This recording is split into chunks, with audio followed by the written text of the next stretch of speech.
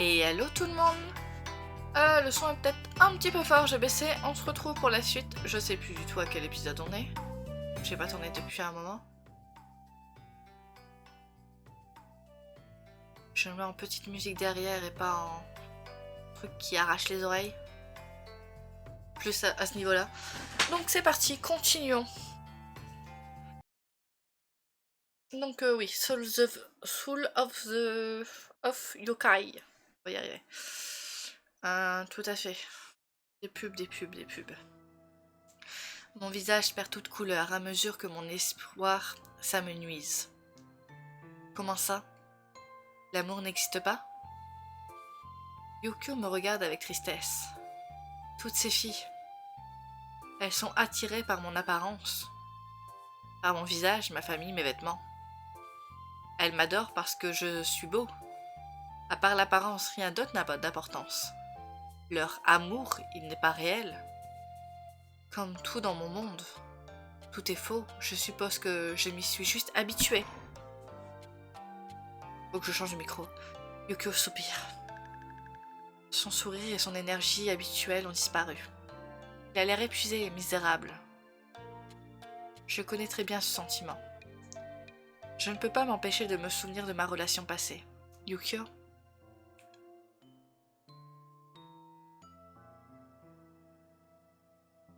Je sais ce que tu ressens.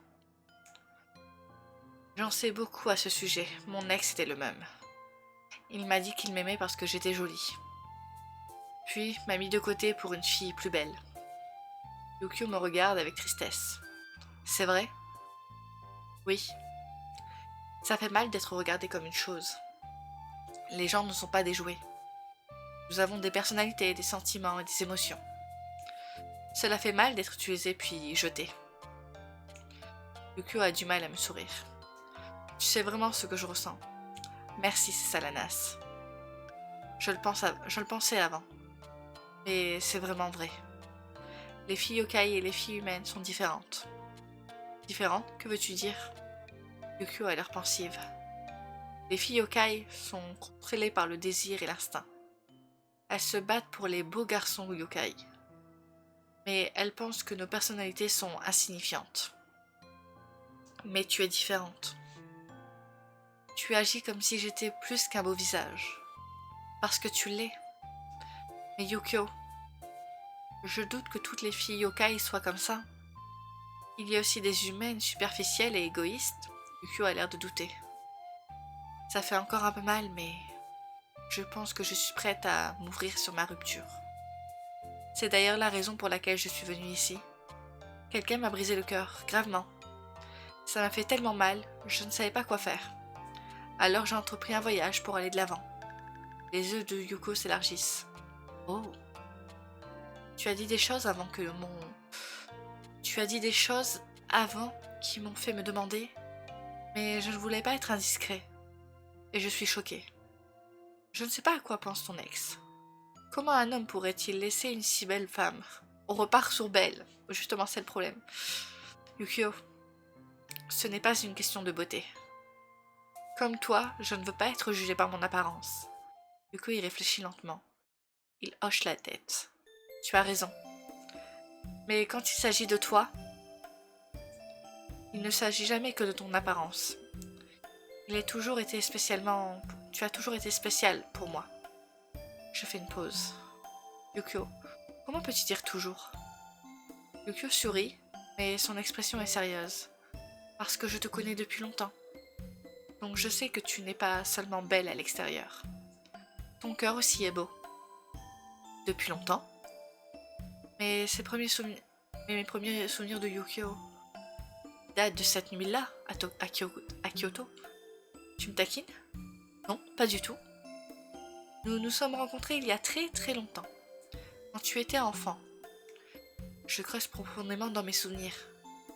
Peu importe à quel point je réfléchis, je ne me souviens vraiment pas de lui.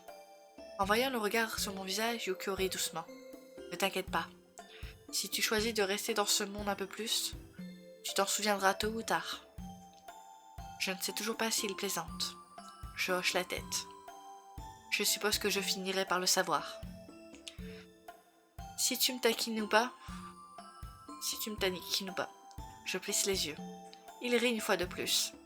Il semble qu'une partie de son énergie soit revenue. Oh, ce n'est pas une blague. Tu t'en souviendras, c'est certain. Et quand tu t'en souviendras, il fait un clin d'œil et se dirige vers la porte. Je promets de te faire tomber amoureuse de moi. Eh ben, personne d'autre ne sera plus ma princesse. Tu es la seule et l'unique. Avant que je puisse répliquer, il est déjà parti. Je peux sentir le rougissement sur mon visage. Je suis sa seule princesse. Peut-être qu'il apprend à traiter une fille correctement après tout, bien qu'il ait encore un long chemin à parcourir. Je m'allonge sur mon futon, avec les mots de Yuko qui résonnent dans mon esprit. Je m'endors.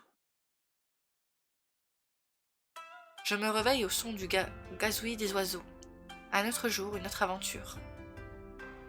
Je m'habille et je me dirige vers le hall. Je salue l'aubergiste Kitsune. Lentement, il me rend mes salutations. Je me demande ce que je vais explorer aujourd'hui. Alors que je serpente dans les rues, je remarque un chemin. Il comporte deux marches en pierre qui mènent à une colline. C'est nouveau, allons voir. Je monte les marches et je passe par une porte en pierre. Il y a une mystérieuse structure en bois. Les panneaux disent sanctuaire de l'amour perdu. Quelques yokai se promènent tranquillement sur le terrain. L'air est sombre et lourd. Ça doit être un endroit pour prier sur l'amour passé. Cette pensée m'alourdit le cœur. Amour non partagé, relation ratée, amant perdu. Je ne peux pas m'empêcher de me sentir malheureuse. J'essaye tellement d'aller de l'avant. Ce sanctuaire est destiné à des choses qui ne sont pas censées l'être. Pourquoi ces yokai s'attardent-ils sur un triste passé? Soudain, j'aperçois des cheveux roux. Est-ce que c'est Hayato? Hayato se tient au pied du sanctuaire. Ses yeux sont fermés et il est en pleine prière. Il agit toujours de façon si forte et féroce. Mais maintenant, il a l'air si concentré. Je m'approche lentement de lui. Je me demande pourquoi il prie. C'est le sanctuaire de l'amour perdu, alors. Il a dû connaître une rupture. J'attends que ses yeux s'ouvrent. Finalement, il se retourne. J'ai envie de le taquiner un peu. Pas besoin de prier, Hayato. Tu n'as pas encore perdu contre Onimaru. Hayato se retourne pour me faire face. Il n'a pas de joie sur son visage. Il n'a pas trouvé ça drôle. Qu'est-ce que tu fais ici? Tu ne peux pas déranger quelqu'un d'autre? Va-t'en. Il est vraiment de mauvaise humeur. Mais j'ai le droit d'être ici aussi. J'ai le droit d'être ici. C'est le sanctuaire de l'amour perdu. Les portes sont ouvertes à tous ceux qui ont le cœur brisé. Hayato fait une pause. Et que sais-tu des chagrins d'amour? Pour ton information, j'ai connu une très mauvaise rupture. J'ai tout perdu. L'expression d'Hayato s'adoucit un peu. C'est la raison pour laquelle je suis venue à Kyoto. Et la raison pour laquelle je reste ici. Ça fait mal, mais j'essaye de guérir. Hayato prend une profonde inspiration. Il n'a plus l'air si contrarié. Nous connaissons tous deux la douleur. Hayato semble être perdu dans ses pensées. Peut-être que quelqu'un comme toi comprendrait. Hayato me regarde. On dirait qu'il veut me dire quelque chose.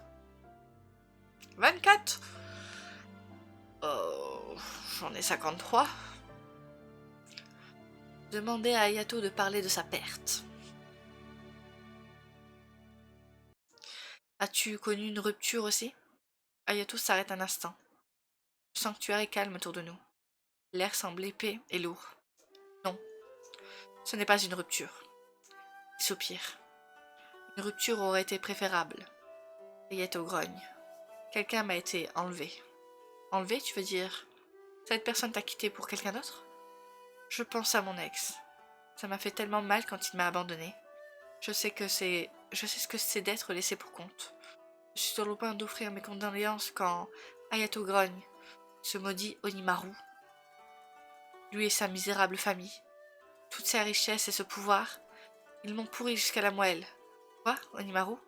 Onimaru t'a volé ton amante? Hayato se fige. Non, non, non. Il se frappe le front.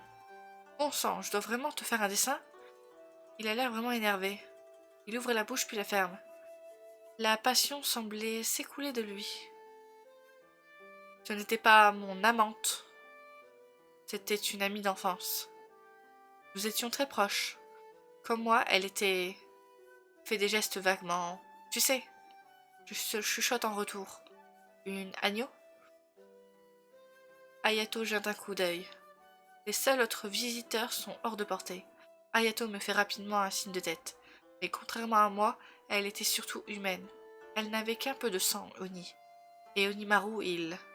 Tu sais à quel point il déteste les humains. Tellement que lui et ses hommes de main ont décidé qu'elle n'était pas à sa place. Crache ses mots. Et donc ils se sont débarrassés d'elle. Juste comme ça, comme si elle n'était qu'un déchet, une chose, et non un être vivant. Ayato grogne et a l'air désemparé. Quand je l'ai découvert, j'étais si furieux, si en colère. Mais à cause de la maudite famille d'Onimaru, il n'y avait rien que je puisse faire pour la venger. Il regarde tristement autour du sanctuaire. Rien d'autre que de prier pour elle. Quand mon ex m'a quitté, ça m'a fait tellement mal. C'était la plus grande douleur et la plus grande frustration que j'ai jamais ressentie. Elle rapporte tout à elle. C'est un peu chiant. Je ne peux même pas imaginer combien Ayato a souffert. Je sens l'émotion gonfler dans ma poitrine. Oh Ayato. Je veux vraiment le réconforter. Mais j'ai du mal à trouver les mots. Je me sens avancée. J'enroule mes bras autour d'Ayato. Toutes mes condoléances. Ayato est choqué par mon étreinte. Pendant un instant, il est figé sur place. Qu'est-ce que... Lâche-moi. Il écarte mes bras et recule. Son visage est un peu rouge. Je ne peux pas dire s'il est gêné ou en colère. Garde tes mains pour toi. Et ne sois pas stupide. Il détourne le regard. Ne gaspille pas tes mots pour t'excuser. Au bout d'un moment, il grogne. Ce n'est pas comme si tu l'avais fait ou quelque chose comme ça. Et de toute façon, c'est de l'histoire ancienne maintenant. Je ne suis plus triste. En fait, Il prend une profonde aspiration. Prêt à changer les choses, plus que jamais. Je sais que je dois être le prochain dirigeant Oni. Ce monde ne sera jamais réparé. La haine, elle est si profonde, enracinée ici. Ayato grimace. Si quelqu'un comme moi ne répare pas ça, rien ne changera jamais. Et l'histoire se répétera. Je ne veux plus perdre personne. Ayato croise les bras. Même une idiote comme toi peut probablement dire que ce monde a un gros problème. La plupart des yokai détestent les humains. Je pense à Onimaru et à Ebiona. Oui, c'est le cas de certains assurément. Les yokai grandissent en détestant les humains. C'est en partie de notre faute. Les humains sont trop faibles pour se défendre. La force est la seule chose que yokai respectent. Vous, les faibles, il est facile de vous regarder de haut. Ce monde en profite. Ayato soupire. C'est pour cette raison, je suppose, que j'en suis venue à haïr cette partie de moi-même. Même si je suis très fort, il y a toujours du sang humain qui coule dans mes veines. J'ai même... Sa voix baisse. Détesté qu'elle soit en partie humaine. Pour avoir été trop faible pour se défendre ce jour-là. La fille unique l'a perdue à cause de Numaru. Il est clair qu'il ressent encore cette douleur. Ayato grogne. Je veux changer ce monde. Mais les humains ne rendent pas cela facile. Et tout le monde est convaincu que les humains ne valent rien. Ils semblent vraiment en conflit. Je comprends un peu. D'une part, je veux améliorer les relations entre les humains et les yokai. Ayato fait un petit signe de tête. Mais d'une autre part, la haine des humains est profondément ancrée dans la société yokai. Ayato grogne. Il semble que les yokai détestent les humains depuis toujours. Je comprends un peu pourquoi Ayato est si grossier avec moi. C'est simplement la société yokai qui en est comme ça. Il est plus étrange pour un yokai d'être gentil avec les humains. Soudain, je réalise quelque chose. Et si Ayato avait peur de se rapprocher de moi? Parce qu'il pense que je vais être blessée aussi. Je lutte avec mes pensées. Soudain, Ayato se rapproche de moi. Et ne réfléchit pas autant. Ou ton visage va se coincer comme ça.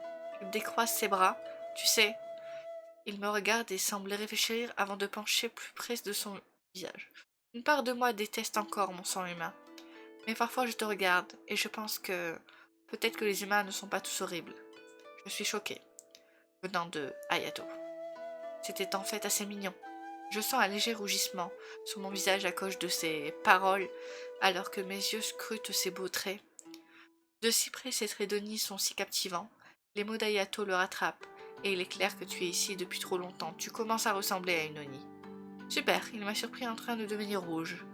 Et c'est un compliment dans ce monde selon la plupart des yokai. Je le taquine en retour et j'aperçois un peu de rouge sur son visage, d'ordinaire si agaçant. Eh bien, tu es toujours une mauvaise mauviette? Je crois qu'il écrit ça, mais je suis pas sûre. Alors, sors d'ici. Il se retourne et s'éloigne. Il a l'air gêné, c'est plutôt mignon. Je suis surpris qu'il ait admis cela. Je pense qu'Ayato est peut-être en train de s'habituer à moi.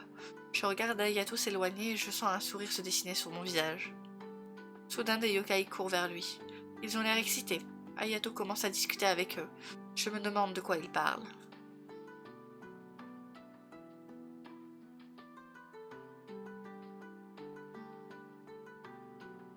Explorer notre partie du sanctuaire? Il est le malpoli d'écouter aux portes. Je laisse Ayato à ses affaires. Tandis qu'Ayato discute avec les yokai, je me tourne et me promène dans le sanctuaire. Cette partie est ombragée et sombre. Quelques cierges scintillants. La plupart des visiteurs se rendent dans les zones principales. Il semble que peu de gens viennent ici. Je remarque un petit étalage d'offrandes. Soudain, l'air se déplace. Grande figure sombre se tient devant les présentoirs. Est-ce que c'est le Tengu des sources chaudes? Il semble encore plus beau de près. L'air est calme, je ne vois que lui. Le Tengu regarde solennellement l'autel. Je me sens figée en le regardant. Il a l'air perdu si profondément dans ses pensées. Soudain, il tend la main. Il frappe l'autel avec une force alarmante. Les cierges et les offrandes s'éparpillent sur le sol. Qu'est-ce que... Le Tengu fixe les objets brisés avec cruauté. Son beau regard est dépourvu de toute émotion. C'était vraiment surprenant. Il doit être vraiment bouleversé. Quelque chose me rapproche de lui. Peut-être devrais-je essayer de l'aider? Le laisser tranquille, je pense. Le laisser tranquille. Il est clairement très contrarié. Il vaut mieux lui laisser un peu d'espace. Je commence à reculer juste au moment où le Tengu se retourne. Il me regarde avec un regard sans vie. Son visage est un masque complet. Il n'y a pas une goutte d'émotion. Il me rappelle un peu Karasu, mais en pire. Le Tengu commence à passer devant moi. Son aura est glaciale et sombre. Je ressens des frissons quand il me dépasse. J'essaye de sourire, mais c'est pitoyable. Son énergie est étouffante, je peux à peine respirer. Finalement, il disparaît de ma vue. D'un seul coup, l'air se précipite vers mes poumons. Je me demande quel est son problème. En me débarrassant de ces pensées, je retourne à la porte. Au revoir, sanctuaire de l'amour perdu. Je me souviens de ma conversation avec Ayato. Je me sens plus déterminée que jamais à oublier mon ex. Ayato essaie vraiment d'aller de l'avant. Je ferai de même. Mais me sentant encouragée, je retourne à l'auberge. Il est encore un peu tôt, mais je suis assez épuisée. Je me glisse dans mon pyjama. Crac! Qu'est-ce que c'était? Je crois que ça venait de la cour. J'espère que tout le monde va bien. J'ouvre la porte coulissante. Je me précipite dehors et je regarde dans le jardin. Il y a un tas de plumes noires sur le sol. Petite minute, est-ce que c'est... Karasu? Je me précipite vers lui. Il lutte pour se lever. Il est gravement blessé. Rentre à l'intérieur. Je l'aide lentement à entrer dans ma chambre. Où est la trousse des premiers secours? Ah! Je prends la petite trousse de premiers secours de l'étage. Je me dépêche d'aller au chevet de Karasu. Il regarde la trousse et grimace. Non! Il s'abaisse lentement sur le sol. Tu ne peux pas te lever. Mais tu n'acceptes pas d'aide? Karasu détourne le regard. Il grimace de douleur. Il joue le rôle d'un dur à cuire. Mais je peux dire qu'il souffre vraiment. Oh, j'ai assez. Le convaincre de prendre le médicament. Faudra que je refasse les diamants. Il a vraiment mal. Il doit surmonter sa fierté et se faire soigner. S'il te plaît, Karasu, laisse-moi t'aider. Karasu s'impatiente. Les bandages sont pour les faibles. Quelques gouttes de sang tombent sur le sol. Je commence à être frustrée. Vous tous, les hommes yokai, avec vos faibles, faibles ci et faibles ça, tu sais ce qui est faible? De ne pas accepter de l'aide quand on en a besoin. Maintenant, monte sur le futon. Il lève un sourcil. Pendant un instant, je pense qu'il va refuser. Puis il se met lentement debout. Très bien. Son bras saigne abondamment. Je me mets à son côté et l'aide. Il boite et doit s'appuyer sur moi. Je remarque un air renfrogné sur son visage. Je peux dire qu'il déteste vraiment être dans cette situation. Je l'aide à s'installer dans le futon. Il s'efforce. Il s'effondre dessus. Des plumes noires flottent sur le sol. Il est vraiment dans un sale état. J'ouvre rapidement la boîte. Voilà, des médicaments et des pansements. D'abord quelque chose pour la douleur. Je trouve un petit paquet avec des comprimés à l'intérieur. Bien que je ne sois pas sûre de la quantité dont un yokai ait besoin, Karasu prend le paquet. Il s'arrête un instant, continue. Avec un petit soupir, il prend un comprimé. Je souris. Très bien. Maintenant, donne-moi ton bras, s'il te plaît. Il hésite un instant. Je tends la main. Lentement, il me donne son bras. C'est une très grande entaille. Je la nettoie et je commence à l'envelopper. Karasu m'observe attentivement. Il me dit vraiment pas grand-chose. Mais je peux dire qu'il cache sa douleur. Ce n'est pas bon, tu sais, de cacher ta souffrance. Si tu mets tout en bouteille, un jour elle explosera. Je fais un nœud prudent pour fixer les bandages. Karasu fait une légère grimace. Peut-être, mais ça fait moins mal. Moins que d'être trahi. Son visage est sombre. Il semble qu'il ait aussi une certaine douleur au cœur. Les bandages ne peuvent pas régler ce problème. Je le sais par expérience. Je baisse lentement le bras de Karasu. Je sais que ça fait mal d'être trahi. Mais fais confiance aux autres. Il y a un risque, mais il y a aussi un gain. J'essuie doucement une tache de sang sur le visage de Karasu. Il reste immobile pendant que le chiffon lui frôle la peau. Ses yeux sombres me regardent de près. D'autres peuvent te guérir aussi. Je m'assois et je lui montre le chiffon sale. Tu vois? Est-ce que ça va mieux? Karasu me regarde fixement. Il a l'air un peu soulagé, bien que ce soit difficile à dire. Son visage est comme un masque. Un peu. Il prend une grande inspiration. Je pense que je l'ai aidé à se calmer un peu aussi. J'ai un chat dans la gorge. Maintenant, peux-tu me dire ce qui s'est passé? Comment tu t'es retrouvé dans cet état? Karasu fait un signe de tête. Il se traîne sur le lit. Quand il me regarde, je peux voir le chaos dans ses yeux. Quoi qu'il arrive, il est très contrarié par cette situation. Nous devons nous dépêcher. Le Tengu Sakuya s'est échappé de prison. Fin du chapitre. Ah là là. J'aime bien. Le genre, tu fermes les portes.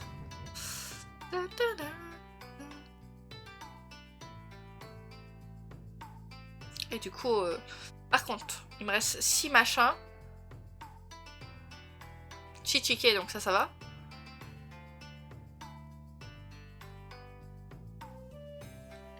Qu'est-ce que c'est? Avant, je voyais un truc, là, je le vois pas. Échanger. Ruby. Non. Ça marche. Ah oui, ils ont changé le système. Ok, ben je vais regarder ça de mon côté. Merci à tous d'avoir regardé ce petit épisode. À la prochaine, allez, ciao!